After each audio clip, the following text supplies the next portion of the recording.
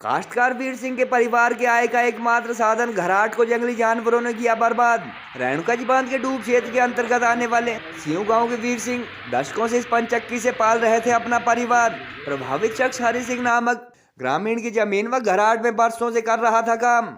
रेणुका जी बांध विस्थापित समिति द्वारा ऐसे लोगों को सरकारी लैंड लिस्ट में डाले जाने के मुद्दे पर 11 अक्टूबर से रोका गया है परियोजना की इनुमरेशन का काम। डूब क्षेत्र में अच्छी जमीनों के मालिकों को करोड़ों में मुआवजा मिला तो दूसरों की जमीन अथवा फॉरेस्ट लैंड पर रह रहे परिवार बिना मुआवजे के हुए लैंडलेस व हाउसलेस। गिरी नदी पर बनने वाले रेणुका जी बांध के डूब क्षेत्र के अंतर्गत आने वाले श्याऊ गांव में घराट चलाने वाले वीर सिंह नामक शख्स के परिवार के आय का मुख्य जरिया सदियों से चलने वाली पानी की चक्की को जंगली जानवरों ने बर्बाद कर दिया। वीर सिंह व स्थानीय ग्रामीणों के मुताबिक पिछली रात जंगली जानवरों ने इस जर्जर घराट की छत तोड़कर यहाँ मौजूद आटे के बैग अथवा कट्टे जंगल में घसीट कर बर्बाद कर दिए। ग्रामीणों को आशंका है कि यह काम जंगली भालू का हो सकता है, क्योंकि गीदड़ अथवा अन्य छोटे जानवर इस तरह स्लेट वाली छत तोड़ने का काम नहीं कर सकते। रेणुका जी डैम के डूब क्षेत्र के अंतर्गत आने वाले सबसे बड़े गांव सियों के साथ लगती कोटला बस्ती का यह शख्स दिन भर घराट चलाने के बाद रात को अपने घर लौट आया था, जिसके चलते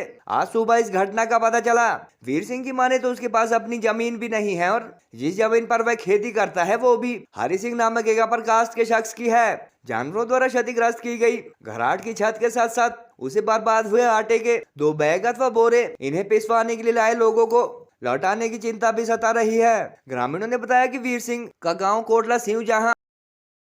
उपमंडल संगड़ाह के अंतर्गत आता है, वहीं नदी के दूसरी ओर मौजूद घराट पराड़ा पंचायत अथवा नाहन सब डिवीजन का हिस्सा है। जानकारी के अनुसार डूब क्षेत्र के अंतर्गत आने वाले सिंह गांव में अच्छी जमीन के मालिकों को जहां 8-8 करोड़ तक का मुआवजा भी मिला, वहीं वीर सिंह जैसे कुछ परिवार ऐसे भी है जो दूसरों की जमीन अथवा फॉरेस्ट लैंड पर गुजर बसर कर रहे थे और कानूनन इन्हें जमीन का मुआवजा नहीं दिया जा सका। इसी तरह के लोगों अथवा काश्तकारों को सरकारी लैंड लिस्ट में डालने के मुद्दे पर इन दिनों रेणुका जी बांध संघर्ष समिति व डैम मैनेजमेंट में टकराव की स्थिति चल रही है और एसडीएम संगड़ाह तथा परियोजना के जीएम द्वारा दिए गए आश्वासन के बावजूद समिति ने गत 11 अक्टूबर से अब तक इनुमरेशन अथवा पेड़ों की गणना संबंधी काम शुरू नहीं होने दिया।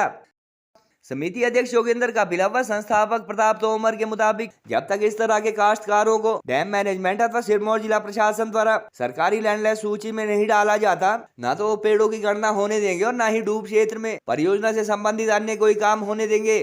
गौरतलब है कि 2 साल पहले प्रधानमंत्री नरेंद्र मोदी द्वारा करीब 7,000 करोड़ की इस परियोजना का वर्चुअल शिलान्यास किए जाने के बावजूद डैम मैनेजमेंट व विस्थापितों में टकराव तथा संबंधित अधिकारियों की लापरवाही के चलते अब तक वास्तविक निर्माण कार्य शुरू नहीं हो पाया है। बहरहाल मुआवजा मिलने के बाद बेशक लोग उपमंडल संगड़ाह के अंतर्गत आने वाले सियों को करोड़पतियों का गाँव कहते हो, मगर यहाँ कुछ दलित परिवार ऐसे भी है जो बाबा आदम के जमाने के इस तरह के घराट व दूसरों की जमीन पर खेती कर अपना गुजर बसर कर रहे हैं। हरि सिंह नेगी का घराट है जी, और मैं बटाई पर इसका काम करता हूँ। और ये रात को फड़ा गया किसी जानवर ने, ये मुझे कोई पता नहीं लगा। घर दूर है, मेरे बच्चे का रोजगार इसी में ही होता है जी, पालन पोषण करता हूँ, काश्तकार का काम करता हूँ। ज़मीन भी है बटाई पर और घराट भी है बटाई पर है। ये पता नहीं लगा है दूसरे के, अब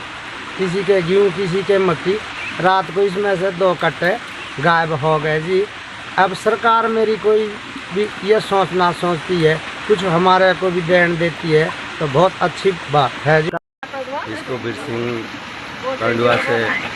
घाट को चलाता है, जबकि इसके पास ये घाट बटाई पर है और इसकी ज़मीन भी बटाई पर है। ये घर से गरीब है, तो मैंने भी यहाँ 2 कट्टे छोड़े थे, एक गेहूं का, एक इसका क्या बोलते मक्की का मिक्स गाय के लिए, गेहूं वगैरह जो सब कुछ